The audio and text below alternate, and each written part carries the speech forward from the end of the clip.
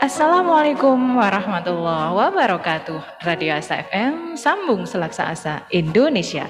Jumpa lagi dengan saya Ayu Mustika Sari di edisi hari Selasa tanggal 19 April tahun 2022.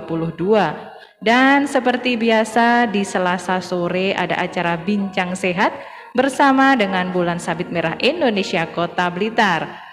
Buat Sobat Asa FM yang nanti mau tanya ke narasumber bisa langsung melalui line telepon ke nomor 0857 0794 1029 atau juga melalui live Facebook Radio Asa FM di kolom komentar. Dan acara ini bisa diikuti melalui frekuensi gelombang radio juga melalui live Facebook Radio Asa FM. Terima kasih juga buat para sponsor yang mendukung acara di sore hari ini. Ada madu hitam pahit El Habsyi, madu hitam yang dikombinasikan dengan 9 bahan herbal pilihan yang diproses secara modern sehingga mempunyai khasiat yang sangat istimewa untuk memelihara kesehatan tubuh. Dan madu hitam pahit ini bisa didapatkan di Radio Asa FM. Untuk Sobat Asa FM yang ingin mengkonsumsi madu hitam bisa langsung telepon atau WA ke nomor 0857 0794 1029.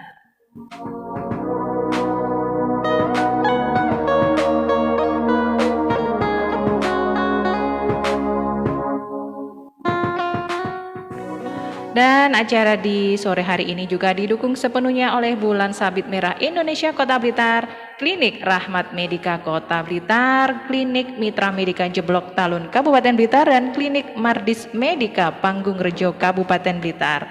Dan tak usah berlama-lama lagi, langsung saja kita sapa narasumber yang sudah hadir di Studio 1 Radio Asa FM. Assalamualaikum. Waalaikumsalam. Agak mendekat Ibu dosen ke mic-nya. Agak mendekat ke mic-nya. Oke, ya ini Sobat Asa FM, beliau ini pertama kali datang di Radio Asa FM, beliau Ibu dosen Ibu Nurse Dewi Rahmawati MKep. Nah, ini beliau dosen di Poltekkes Kemenkes Malang, je Bu, je. Santai aja Bu sama saya. Kita ngobrol santai aja kok Bu. Iya, mungkin ini tadi kan sekilas perkenalan dari saya nih Bu. Dan ini monggo Ibu berkenalan juga kepada Sobat Asa FM yang lagi nonton acara ini. Monggo diperkenalkan dulu Ibu. Tadi sudah dikenalkan. Iya. Saya Dewi Rahmawati, salah satu staf pengajar di Poltekkes Kemenkes Malang. Yeah. Saya adalah pengajar untuk mata kuliah.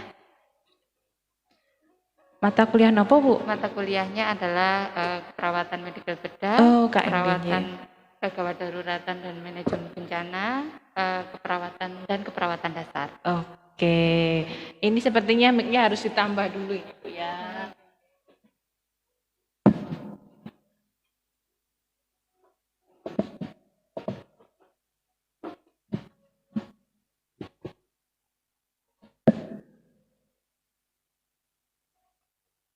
Oke, coba Bu. Yap. Iya, dua aja nggak apa Bu. Oke, ya ini ya Sobat Asa FM, beliau ini dosen di kampus Poltekkes ya, di kampus Poltekkes. Rumahnya mana Bu tadi? Rumah saya di Desa Jati Tengah. Jati Tengah. Oh, Salepuro. Waduh, ini nanti pulang dari sini hujan jauh-jauh ya Bu. Terima kasih sudah menyempatkan waktunya hadir di sini berbagi informasi buat Sobat Asa FM dimanapun berada. Dan di sore hari ini tadi tema kita apa Bu Inade? Tema kita tentang bagaimana sih tentang pencegahan dan penanganan serangan stroke di rumah. Jadi pencegahannya gimana, kemudian penanganannya bagaimana, itu terkait dengan stroke. Oke, memang ya Bu ya, kalau sering sih saya mendengar ya di rumah tiba-tiba pingsan, kemudian dibawa ke rumah sakit, oh ini stroke. Nah itu apa sih Bu sebenarnya stroke itu sendiri?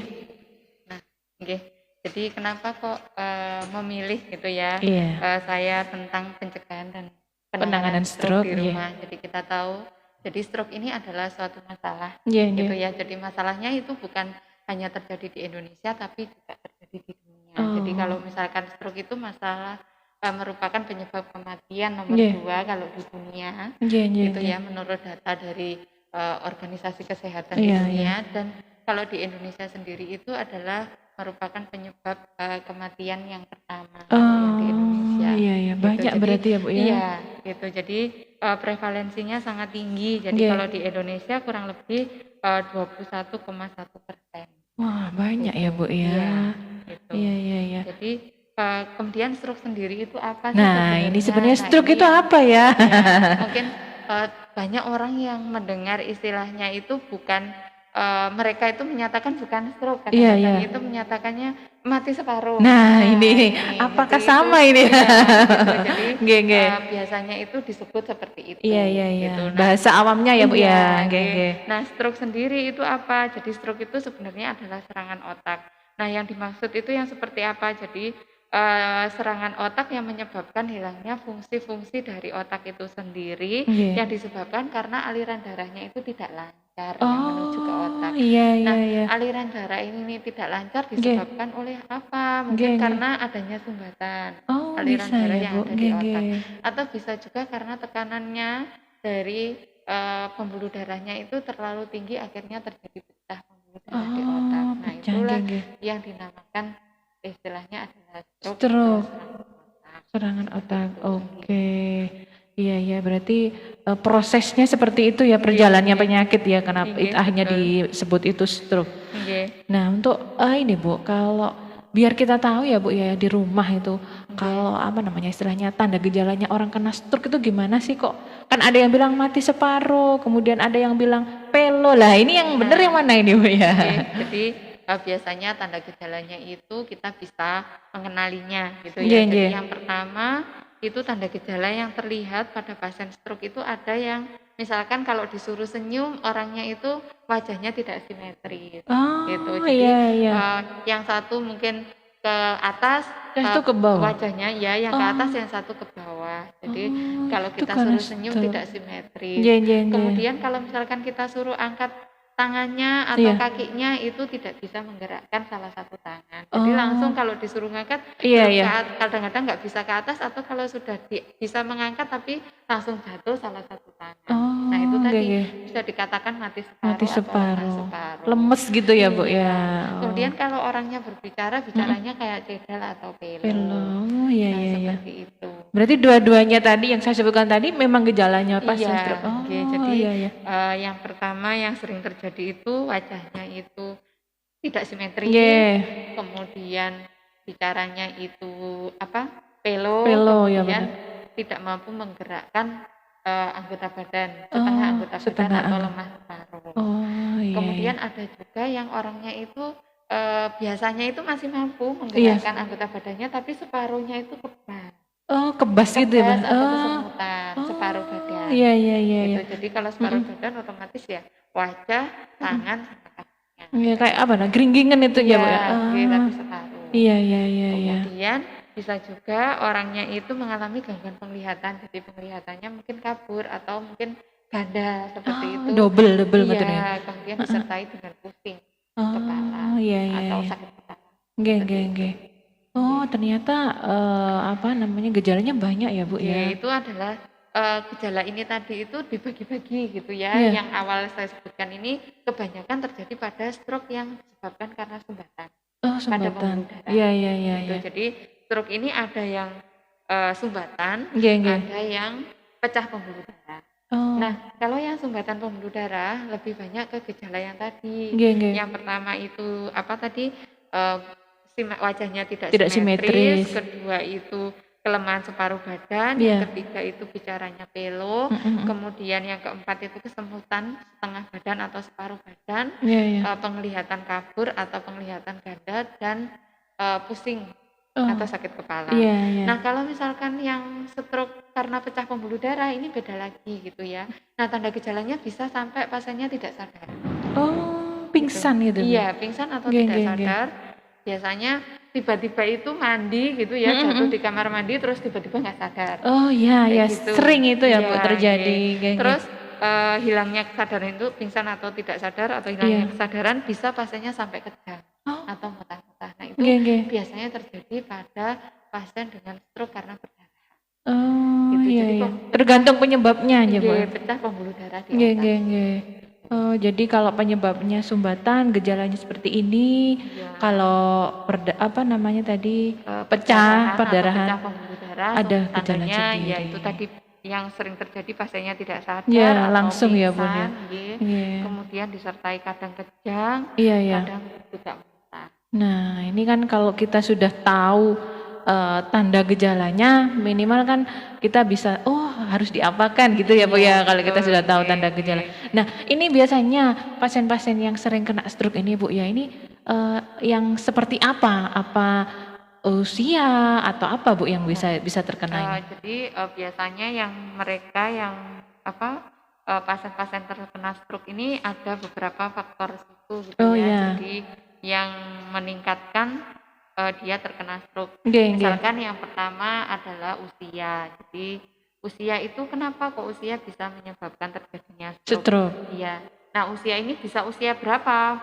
Bisa mulai usia 25 tahun ke atas. Bisa ya Bu ya? Bisa. Ada yang seperti itu 25 sampai 44 tahun atau ada yang 50 ke atas. Nah, untuk yang usia 25 sampai 44 ini resiko terjadinya stroke itu memang lebih rendah daripada yang usia 50 tahun. Iya. Karena kalau usia lebih lebih dari 50 tahun itu kan kenapa kok lebih tinggi terjadi karena mungkin kondisi tubuhnya, pembuluh darah dan semuanya itu kan sudah mulai menurun lah istilahnya fungsinya. Nah, betul. Terjadi seperti itu. Tetapi untuk akibatnya atau dampaknya itu lebih besar kalau yang terkena ini adalah usia 25 sampai 44. Kenapa? Karena kehilangan produktivitas mereka, bukan bener ya. Iya, masih penyakitnya itu lebih tinggi daripada usia yang 50 tahun ke atas gitu. Karena kan usia 25 sampai 44 masih kan produktif sekali gitu. Jadi itu beban penyakitnya lebih tinggi di usia 25 sampai 44, tetapi resikonya lebih tinggi di usia 50. Oh iya. Gitu. Jadi nggak boleh sombong ya Bu. Aku sih muda, nggak mungkin.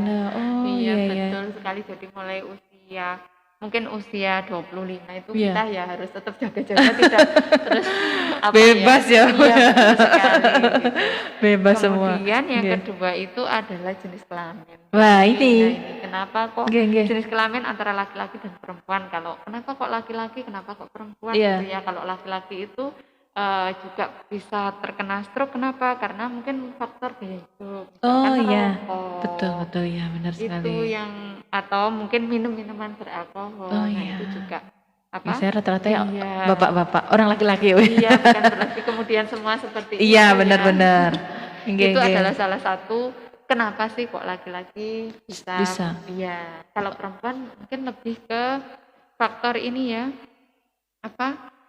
Ya mungkin tidak semua sih ya. Mungkin ada yang faktor ke kontrasepsi seperti itu. Karena kontrasepsi mungkin bisa ya. Iya, tapi kan tidak utama. Iya, benar-benar. Pasti ada yang menyertai yang lain. Mungkin juga ada faktor gaya hidupnya. Oh iya, benar sekali. Tidak melulu nanti kontrasepsi akhirnya akhirnya jadi saya nggak pakai kontrasepsi nanti bikin nggak boleh itu salah itu keliru. Seperti itu. Tidak terlalu berapa ini persen ya Bu ya kemungkinan kemudian faktor genetik juga. Oh iya, keturunan ya Bu ya. Betul. Kemudian yang paling banyak untuk sekarang ini yang menjadi faktor risiko itu adalah hipertensi, tekanan darah tinggi, kemudian kencing manis.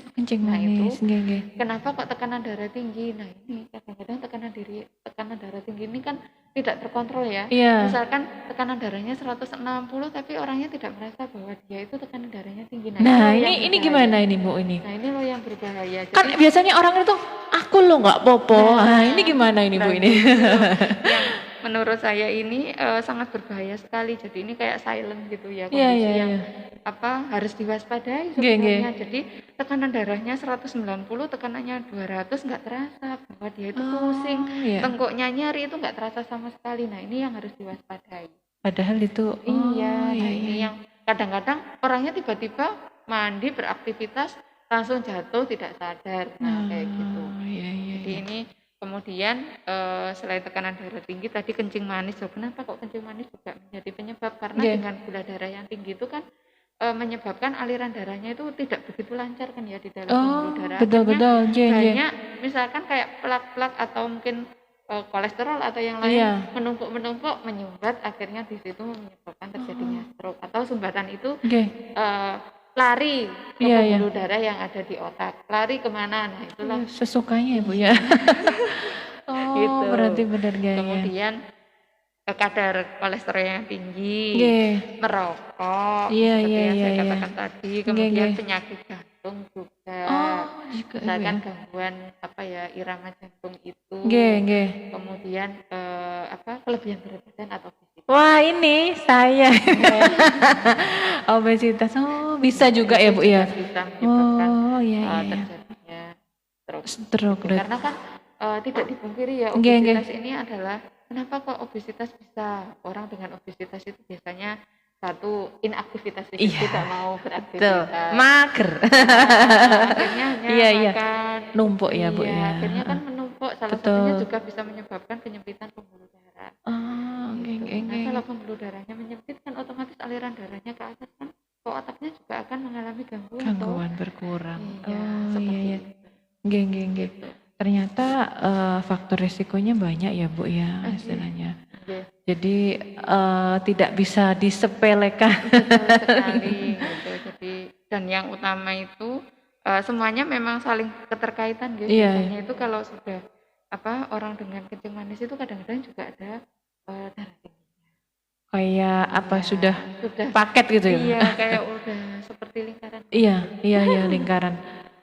Kayak pasti gitu ya kalau sudah kena diabetes nanti larinya pasti darah tinggi jadinya kayak gitu.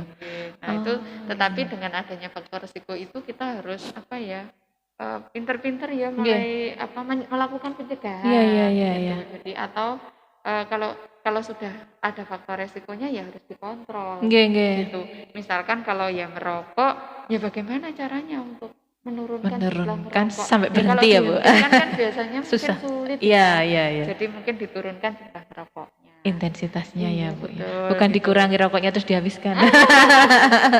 Jadi melakukan pencegahan. Satu mungkin yang sekarang digerakkan oleh pemerintah itu kan melakukan gerakan masyarakat hidup sehat. Iya, germas. Iya, germas dengan perilaku cerdik. Satunya melakukan C, itu yang C yang pertama itu adalah C dari cerdik itu adalah cek kesehatan secara rutin.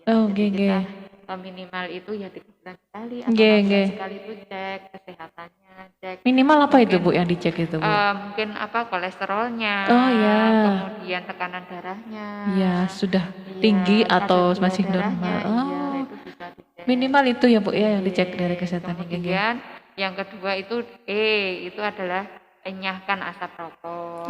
Bisa, jadi kalau enyahkan asap rokok itu berhenti merokok. Paling bagus ya Bu ya, paling bagus berhenti. Berhenti merokok, tapi kan mungkin tidak bisa langsung. Prosesnya pasti panjang.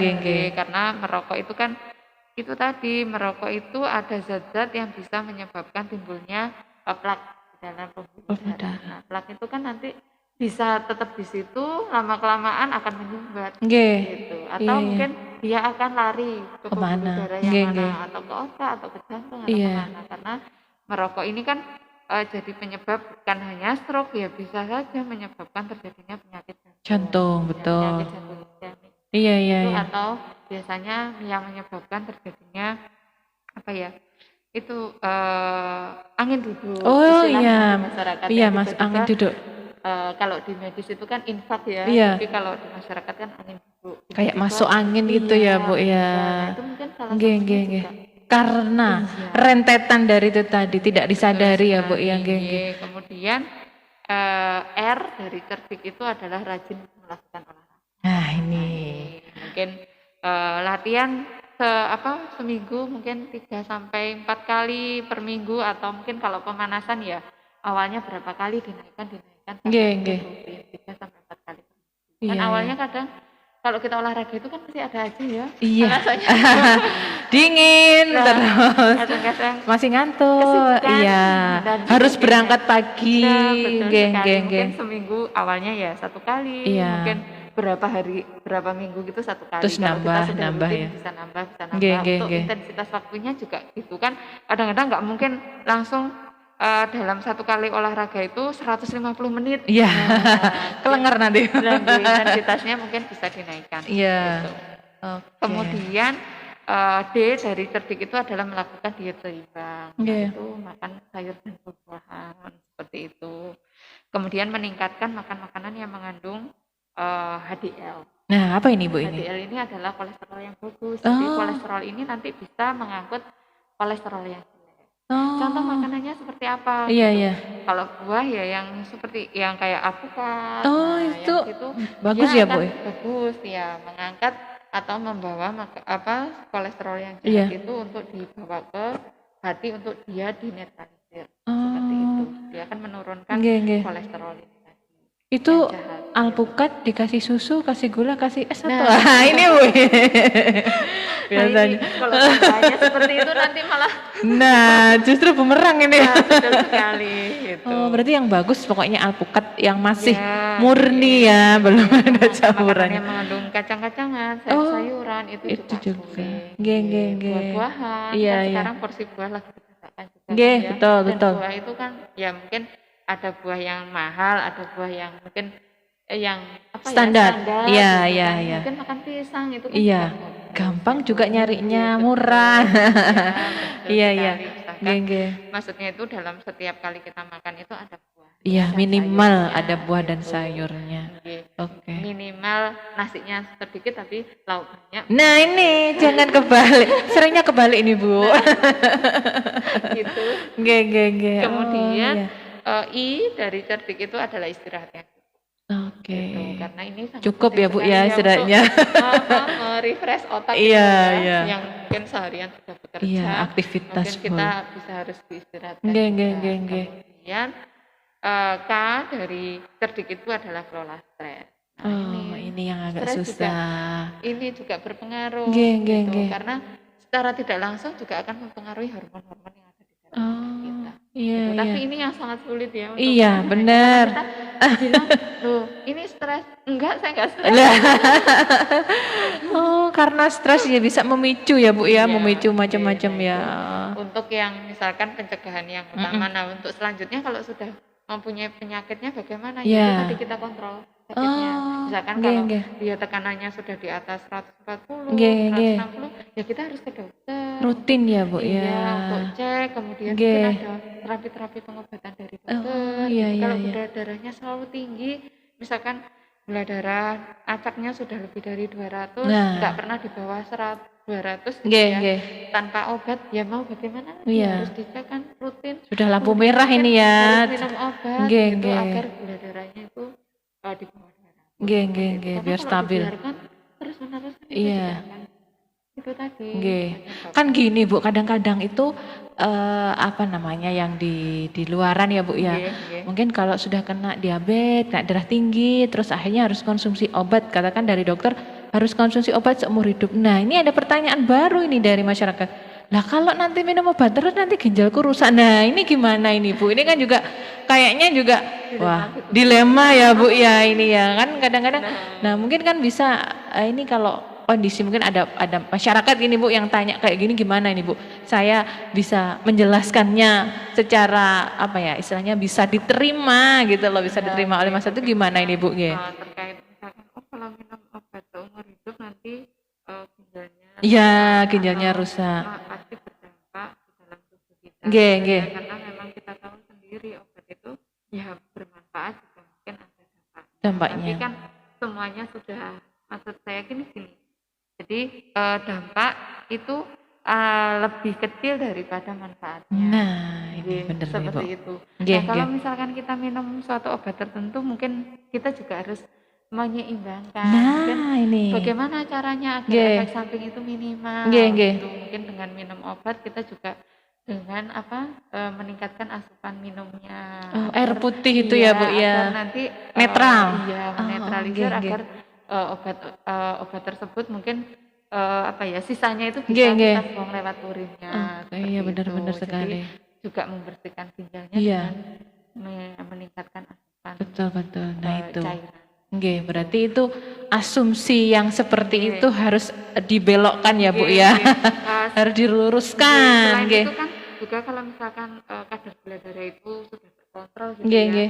kan kadang-kadang obat itu akan diturunkan pelan-pelan oleh dokter. Oh Nah, nanti ya, bagaimana awalnya mungkin dosisnya agak tinggi untuk tinggi. diturunkan. Kalau dicek lagi untuk Sudah selanjutnya stabil. sudah stabil, diturunkan lagi. Oh, Kalau sudah stabil lagi disertai dengan nggih, diet, akhirnya kan diturunkan lagi, nggih.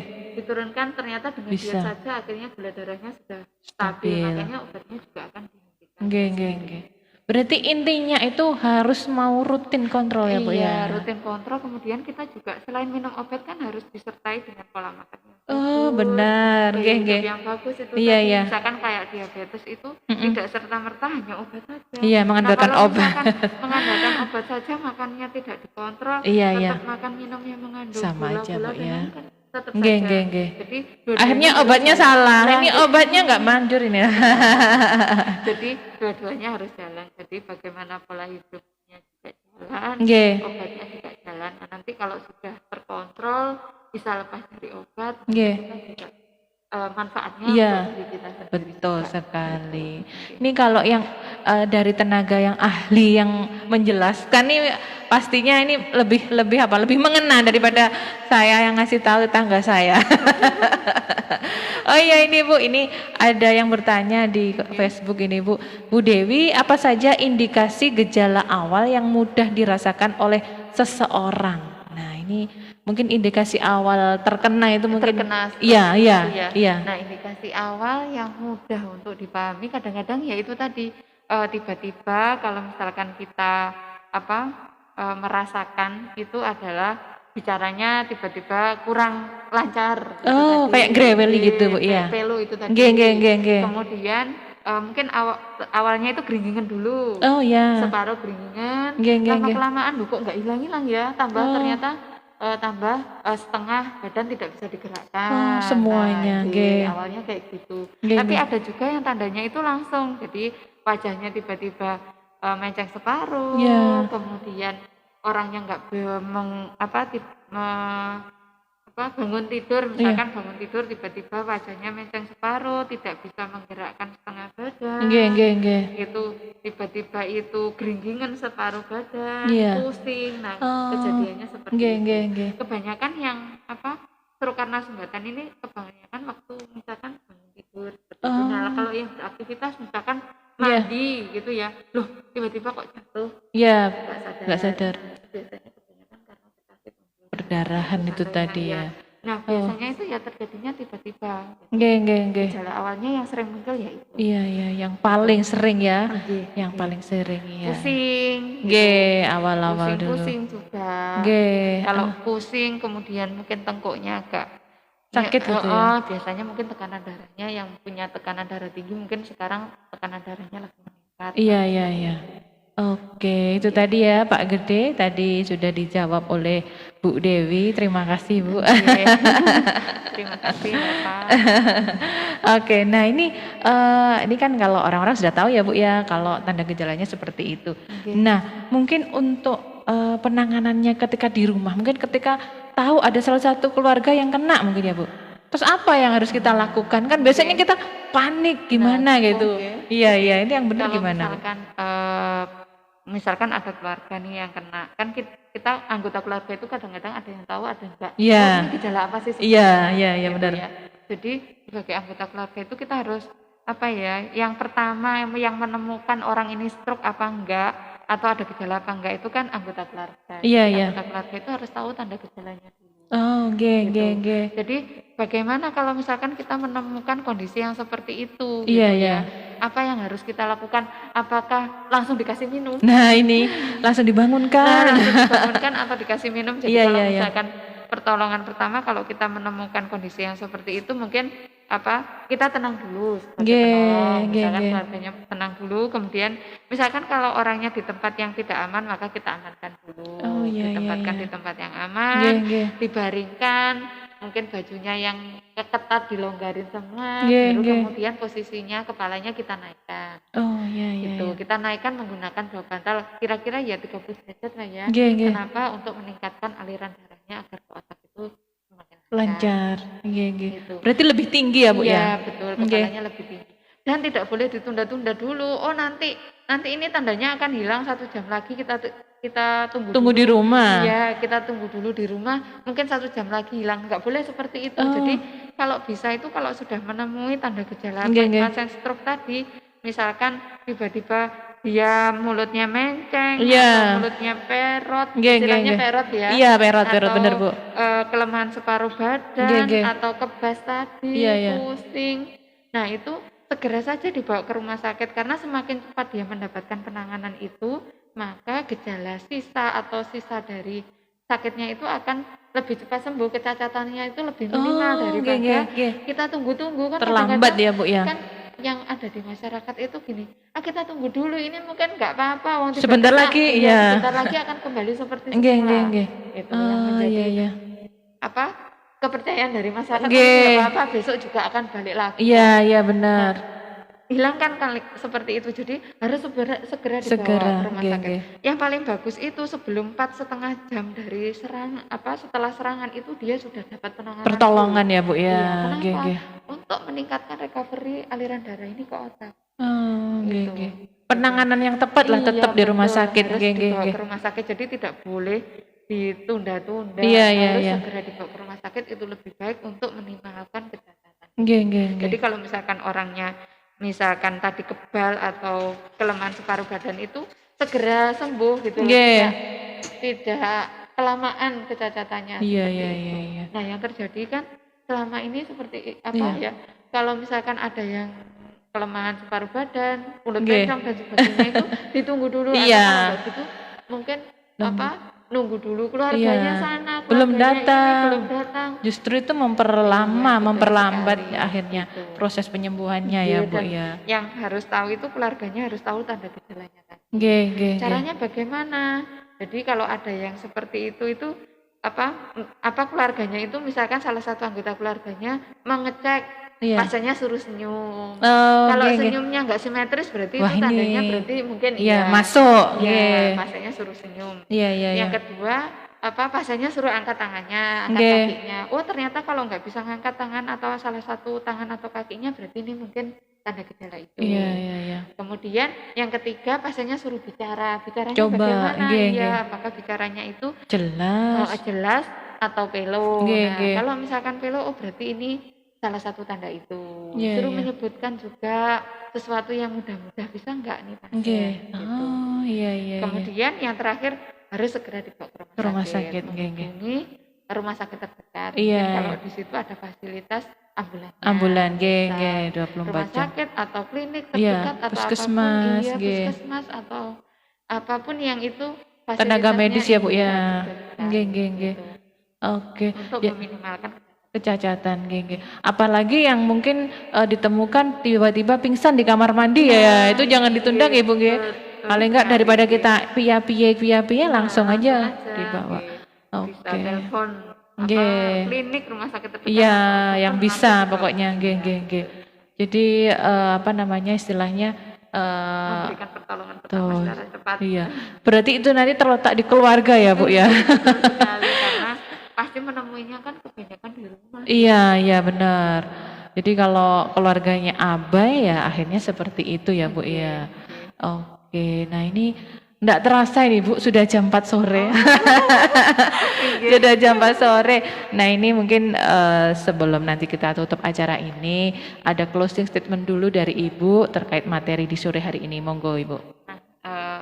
Mungkin yang utama yang harus ditekankan itu tadi terkait dengan penyakit stroke. Jadi usahakan kalau keluarga menemukan tanda gejala tadi seperti kelemahan wajah atau perot, wajahnya perot, kelemahan separuh badan, kemudian bicaranya pelo, kemudian kesemutan separuh badan, pandangannya kabur, pusing, pasiennya tidak sadar, sampai kejang dan muntah, itu yang dilakukan adalah segera membawa pasien ke rumah sakit. Usahakan sebelum 4,5 jam dari gejala muncul itu pasien sudah mendapatkan penanganan. Pertolongan. Gitu. Nggih. Semakin cepat penanganan itu dilakukan, maka akan meminimalkan kematian dan kecacatan dari Nggih. pasien. Oke, terima kasih Bu Dewi. Informasinya ini bermanfaat sekali nih, tambahan ilmu. Dan tak lupa ini ayo sapa dulu yang sudah gabung di live Facebook. Ada Bapak Sumarji dari Sumberboto Wonotirto, Blitar Selatan hadir. Terima kasih Pak Sumarji. Ada Mas Putra Jaya Ngasem, Bojonegoro mantau. Oke, terima kasih. Ada Pak Gede. Kemudian ini tadi semoga bermanfaat. Bincang sehat dari Radio Asa FM. Acara ini setiap Selasa sore. Terima kasih Pak Gede. Kemudian ada Bu Sunarsi Abi, Met sore Mbak, Hongkong hadir. Terima kasih dari Hongkong. Juga yang sudah beri tombol like ini ada Mas Julian Hadianto dan Mas Aryo Pamungkas. Terima kasih buat Sobat Asa FM yang sudah menyimak acara Bincang Sehat mulai awal dan sampai dengan akhir ini. Dan tak lupa ayo ucapkan terima kasih untuk para sponsor yang sudah mendukung acara di sore hari ini. Ada madu hitam pahit El Habsyi, madu yang dikombinasikan dengan 9 bahan herbal pilihan yang diproses secara modern sehingga mempunyai khasiat yang sangat istimewa untuk memelihara kesehatan tubuh. Madu hitam El Habsyi bisa didapatkan di Radio Asa FM. Langsung saja ke nomor 0857 07941029. Dan sebelum Ayu pamit, Ayu ucapkan terima kasih buat Bu Dewi. Sudah memberikan informasi buat saya, khususnya buat para pendengar setia Radio Asa FM. Semoga bermanfaat dan bisa menjadi bekal selama kita berkehidupan di masyarakat ya Bu. Terima kasih, ilmunya bermanfaat sekali. Nanti kalau diundang ya Bu ya, diundang lagi, harus mau. Harus mau diundang lagi. Ini pasti ada lanjutannya, karena kalau langsung dari praktisinya ini ilmunya mesti benar, juga ilmunya yang terbaru disampaikan juga orang-orang percaya daripada saya yang menyampaikan. Oke, itu tadi ya Sobat Asa FM Bincang Sehat kita bersama dengan Ibu Dewi, dosen dari Poltekkes Kemenkes Malang. Dan akhirnya Ayu harus pamit undur diri. Mohon maaf atas segala hilaf. Radio Asa FM sambung Selaksa Asa Indonesia. Wassalamualaikum warahmatullahi wabarakatuh.